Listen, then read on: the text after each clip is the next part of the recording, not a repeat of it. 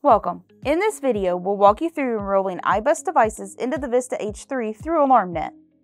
First, log into your AlarmNet account using your credentials.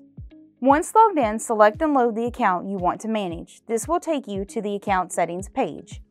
Next, navigate to iBus devices section to view the list of enrolled devices.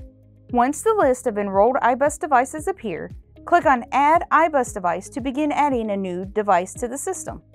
In the pop-up window, click Learn to place the panel in Learn mode. This allows the system to detect new iBus devices automatically.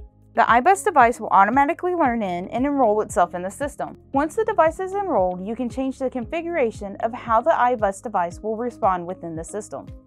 After making the necessary changes, click Save to add the iBus device to the system. To add more iBus devices, repeat the process by clicking Add iBus Device and following the same steps. Depending on how your AlarmNet account is configured, the programming will automatically sync with your panel once all changes are complete. And that's it, you've successfully added an iBus device to your system.